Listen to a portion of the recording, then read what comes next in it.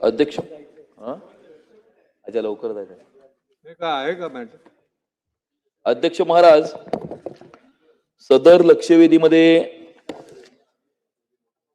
मुंबई पुणे द्रुतगती मार्गावरती 3 फेब्रुवारी 2026 रोजी एका प्रॉपेलिनच्या टँकर त्यामुळे उलटला होता आणि त्याच्यामधनं वायू गळतीमुळे त्या ठिकाणी असुरक्षिततेचं वातावरण या ठिकाणी मुंबई पुणे द्रुतगती मार्गावरती निर्माण झालेलं होतं अध्यक्ष महाराज.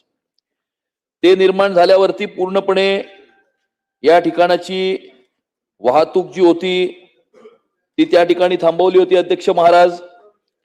आणि त्या ठिकाणी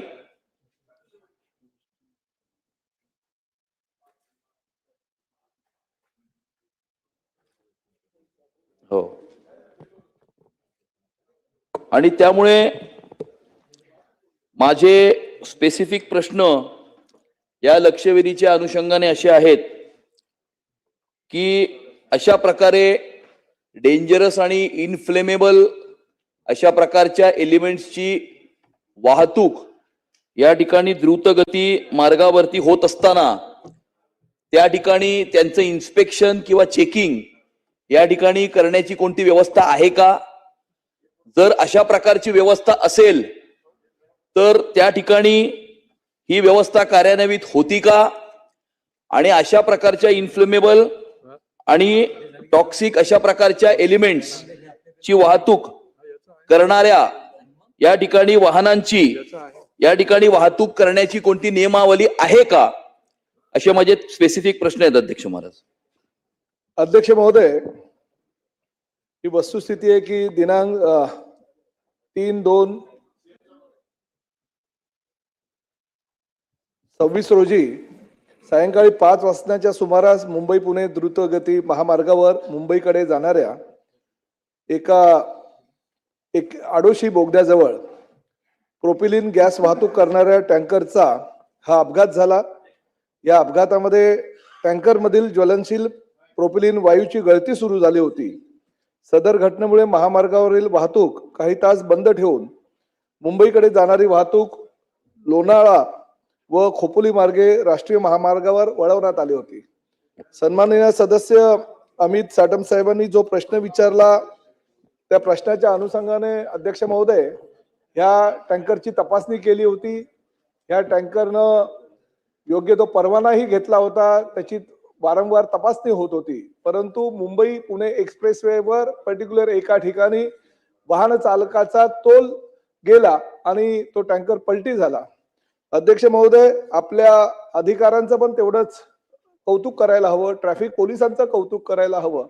वाहतूक कोंडी झाली ही वस्तुस्थिती नाकारता येणार नाही, परंतु ती वायू गळती जर झाली असती तर फार मोठ्या प्रमाणात मनुष्यहानी होऊ शकली असती, कारण हा फार मोठ्या प्रमाणात ज्वलनशील पदार्थ आहे.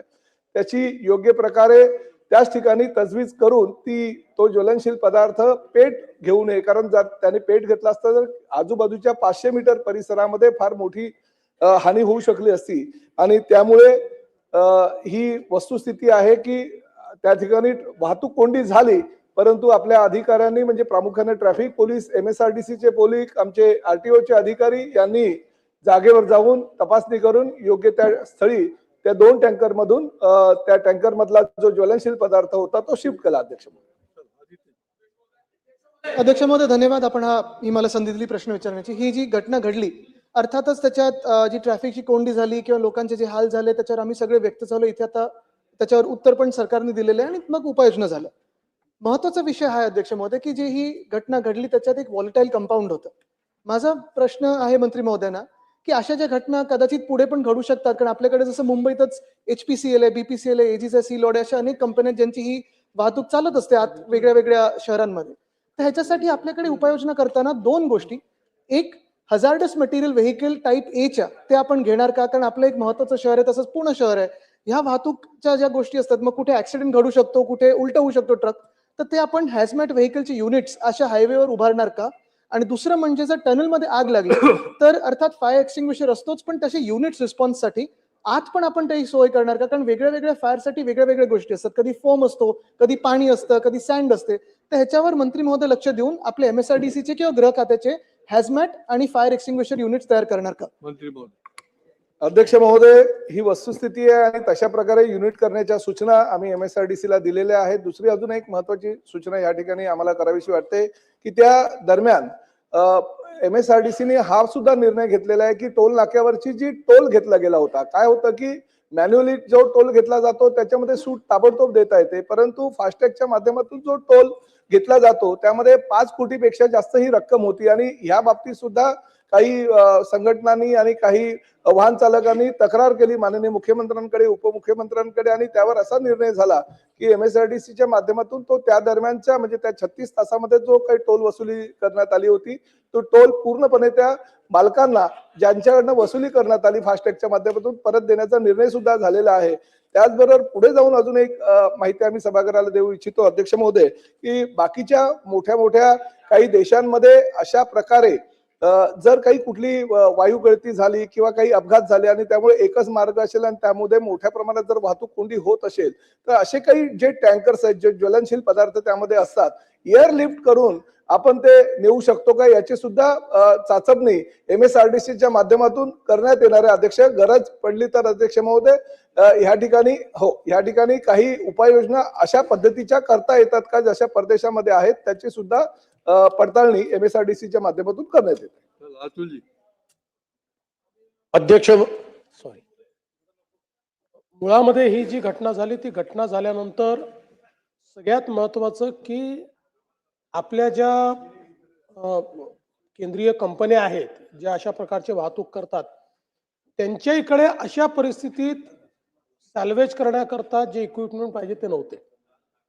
त्यामुळे यातनं आपल्याला एक नक्कीच ही शिक्षा मिळाली किंवा आपल्याला शिकवण मिळाली की अशा प्रकारे जेवढी वाहतूक होते त्या वाहतुकीच्या संदर्भात जर एखादा ऍक्सिडेंट झाला तर त्याला काय केलं पाहिजे याची SOPच नाहीये. ती इतके वर्ष वाहतूक करणाऱ्या कंपन्यांजवळही नाहीये आणि आपण तर नवीन आहोत त्यामुळे आपण करण्याचा विषय नाहीये आणि म्हणून आपण हे आदेश दिलेले आहेत. त्या कंपन्यांना देखील आपण सांगितलेलं आहे की जे वाहतूक करतात कारण यातल्या बहुतांश कंपन्या केंद्र सरकारच्या कंपन्या आहेत की त्यांनीही अशा प्रकरणी त्यांच्याकडे देखील हे इक्विपमेंट्स असले पाहिजेत रेस्क्यूचे किंवा अशा पद्धतीनं जर टँकर लीक झाला तर काय करायचं, त्याला लगेच मोकळं कसं करायचं आणि या परिस्थितीमध्ये पुढची जी SOP आहे ती SOP काय असली पाहिजे या दोन्ही गोष्टी ठरवण्याचे आदेश देखील आपण त्यांना दिलेले आहेत.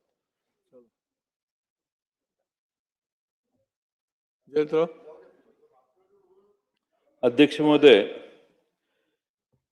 सन्माननीय मुख्यमंत्री महोदयांनी सांगितलं हे अतिशय योग्य आहे आणि मला खात्री आहे की त्या बाबतीत लवकर कारवाई होईल. अध्यक्ष महोदय, या लक्षवेधीमध्ये मुंबई नाशिकचाही उल्लेख आहे, मुंबई आग्रा महामार्गावरच्या ऍक्सिडेंटचा आहे आणि मुंबई पुणे द्रुतगती मार्गावरच्या ऍक्सिडेंटचा आहे. अध्यक्ष महोदय, विकासाबरोबर नवे प्रश्न तयार होतात तसा हा आता आपल्या समोर नवा प्रश्न तयार झालेला आहे. महामार्ग अतिशय झपाट्याने आपण सगळीकडे करतोय, रस्त्यांच्या रुंदी होत आहेत, पण त्याचबरोबर तेवढं ट्रॅफिक देखील वाढतंय.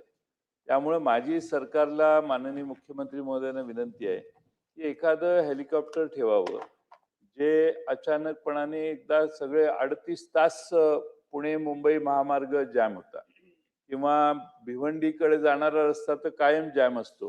प्रतापराव तिकडे भिवंडीकडे बघतही नाहीत त्यामुळे, कारण तिकडे जाणंच शक्य नाही कुठल्याही व्यक्तीला, कारण 2-2, 3-3 तास अगदी आपल्या समृद्धी महामार्गावरून आलेला माणूस तिथं थांबतो. आता नवीन रस्ता होतोय त्यातनं मार्ग निघेल, पण सांगण्याचा मुद्दा हा की असे क्रायसिस तयार ज्यावेळी होतात त्यावेळी आपली यंत्रणा तिथं पोहोचू शकत नाही, पोलिसांच्या गाड्याही तिथं जाऊ शकत नाहीत कारण सगळं जॅम असतं. म्हणून एखादा विशेष हेलिकॉप्टरची व्यवस्था जर करता आली आणि जी 24 तास या 4-5 मुंबई महानगरपालिकेच्या बाहेर जाणाऱ्या रस्त्यांवर कुठेही ट्रॅफिकचा क्रायसिस झाला तर त्या ठिकाणी आपली माणसं उतरली पाहिजेत, तिथलं ट्रॅफिक क्लिअरन्स केलं पाहिजे. आता ही तर एकदम वेगळीच केस आहे की अतिशय स्फोटक असे वायू त्यातून वाहिला जात होता. त्यामुळं अशा सगळ्या गोष्टींच्यावर आपलं सरकार तिथं म्हणजे पोलीस यंत्रणा तिथं पोचणं अत्यंत आवश्यक आहे. त्यामुळे अशी विशेष व्यवस्था माननीय मुख्यमंत्री महोदयांनी लक्ष घालून जर केली, तर कुठल्याही नागरिकाला माहिती पाहिजे की आलंय, काही अडचण नाही, 15-20 मिनिटात काही ना काही कळेल. आणि लोकांना कळवण्यासाठी लोकांना कळतच नाही. एकमेकाला फोन करत बसतात, मग रॉंग साईडने पुढे जातात. त्यामुळे लोकांना इन्फॉर्म करण्यासाठी जागोजागी काही साइन बोर्ड्स ज्याच्यावर आपल्याला टाईप करून घेतलं तर त्याच्यावर सूचना जातील प्रवाशांना, की असा क्रायसिस झालेला आहे, तुम्ही थांबा इथं. अशी काहीतरी म्हणजे एकदम सगळे जाऊन तिथं अडकतात. त्यापेक्षा जरा ॲडव्हान्समध्ये लोकांना कळलं, तर आता हे 38 तासाचं आहे. ते जर टोल नाक्याच्या अलीकडेच आपण कळवलं असतं, की आता जाऊ नका, रस्ता बंद आहे. तर असे असे काही हे आता सी.पी. जोशींच्या अध्यक्षतेखाली एक कमिटी नेमलेली असं उत्तरात आहे. माझं म्हणणं माननीय मुख्यमंत्री महोदयांनी पुढाकार घेऊन महाराष्ट्राचे जे त्या या रस्त्यांवर काम करणारे प्रमुख अधिकारी आहेत, त्यांना घेऊनच आपलं सोल्युशन आपणच काढायचं सोल्युशन. केंद्राकडून सोल्युशन येईपर्यंत ते कमिटीचं काम किती वर्ष चालेल माहीत नाही. त्यामुळे तात्काळ काही उपाययोजना योजण्यासाठी आपण समिती नेमावी आणि हेलिकॉप्टरची सूचना विचारात घ्यावी अशी माझी विनंती आहे. नाही, निश्चितपणे तसं हेलिकॉप्टर आपण वापरतोय. फक्त आपला प्रॉब्लेम काय आहे, की आपल्या देशामध्ये सूर्यास्तानंतर आपल्याला हेलिकॉप्टर वापरता येत नाही. हा आपल्या देशातला एक मेजर प्रॉब्लेम आहे, की आपल्याकडे आपण नाईट फ्लाइंग अलाउ केलेलं नाही. आणि म्हणून त्याचे कन्स्ट्रेंट आहेत. पण अदरवाईज आपल्याकडे हेलिकॉप्टर उपलब्ध आहे. आपल्याला ते लगेच म्हणजे करता येतं, त्याची हे करता येते. दुसरं जे आपण सांगितलं ते महत्त्वाचं आहे, की आता आपण Mumbai-Pune एक्सप्रेसवेवर intelligent traffic management system लावलेली आहे. ती कार्यरत देखील आहे. तेव्हा आता या ITMSचा उपयोग करून आपल्याला लोकांना इन्फॉर्मेशन फास्ट डिसिमिनेट कशी करता येईल आणि आपल्याला ट्रॅफिक सॅग्रिगेशन करणं शक्य आहे, ट्रॅफिक थांबवणं शक्य आहे, ट्रॅफिक डायव्हर्शन इथे देखील ते केलं. पण माझं स्वतःचं देखील हे मत आहे, की उशिरा केलं आपण. ते जेवढ्या घाईने करणं आवश्यक होतं, तेवढ्या घाईने केलं नाही. आणि याला अल्टरनेट रूटही कंजेस्टेड आहे. म्हणजे समजा मुंबई पुण्याला आता काढला आपण अल्टरनेट रूट, पण तो इतका फिरून आहे आणि तो इतका कंजेस्टेड आहे, की त्याच्यावरनं पूर्ण ट्रॅफिक याच्यावरचं जाऊ शकत नाही. तथापि या सूचना दिल्या जातील, की अशा परिस्थितीमध्ये ITMSचा उपयोग करून अगदी इंडिव्हिज्युअल व्यक्तीलाही कसा SMS जाऊ शकेल, अशा प्रकारचं त्या ठिकाणी इन्फ्रास्ट्रक्चर तयार करण्याचे आदेश देण्यात येतील. अध्यक्ष महोदय, ह्याच्यात ट्रॅफिकवर अर्थात मोठी चर्चा होऊ शकते, पण ही जी सिक्युरिटी रिस्क होती, ही मला वाटतं बायोकेमिकल सिक्युरिटी रिस्क होती. आणि म्हणून पुन्हा एकदा मी मुख्यमंत्री महोदय इथे असल्यामुळे त्यांचं लक्ष याच्यावर वेधू इच्छितो, कारण त्यांच्याकडे गृह खातं पण आहे.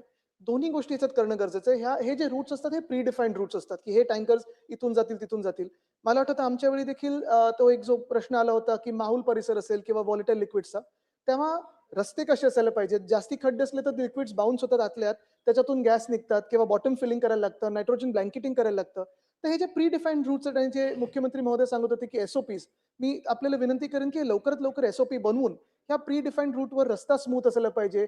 इमर्जन्सी हे सिक्युरिटी व्हेहिक्युलर ॲक्सेस, नुसतं व्हेहिकल आणि ट्रॅफिकचं नाही. कारण त्यावेळी आम्ही विचार करत होतो आंदोलन वगैरे करायचं का, पण सिक्युरिटी रिस्क लक्षात घेऊन लगेच काही आम्ही आंदोलन केलं नाही.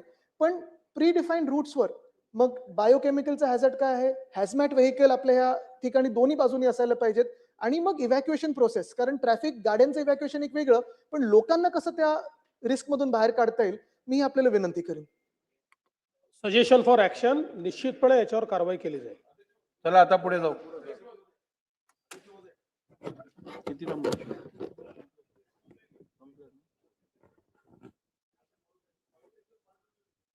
थांबा.